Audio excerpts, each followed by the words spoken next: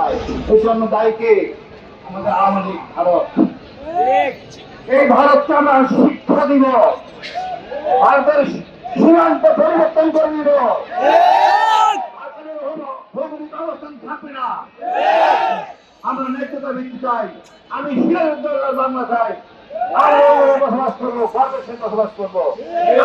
আমরা পিছনে লাগবো না, তার ক্ষতিও করবো না, সমমর্যাদায় বসবাস করবো, চোখে চোখ রেখে কথা বলবো।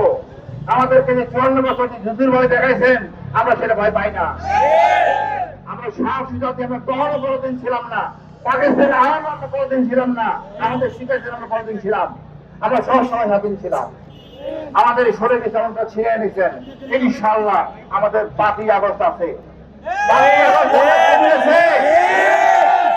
ভারত আমাদের একমাত্র শত্রু। এটাই আমার দেশ প্রেম, এটাই আমার ভালোবাসা। আমি আমার বাচ্চাকে শিখাবো, আপনারা শিখাবেন, মাদ্রাসা শিক্ষকরা শিখাবেন ছাত্রদের। ভারতই আমাদের একমাত্র শত্রু, আমিত্র শত্রু। আমরা প্রতিশোধ দেব প্রতিটা রক্তের বদলা, ইনশাআল্লাহ। বাংলাদেশ দিকে হোক, বাংলাদেশ ধন্যবাদ।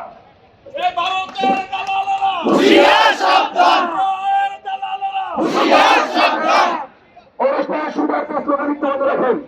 সম্মানিত সাথে আপনারা জানেন, দিল্লি 71 থেকে 25 পর্যন্ত যে আধিপত্য করেছে, এই আধিপত্য আমরা আর করতে দিব না।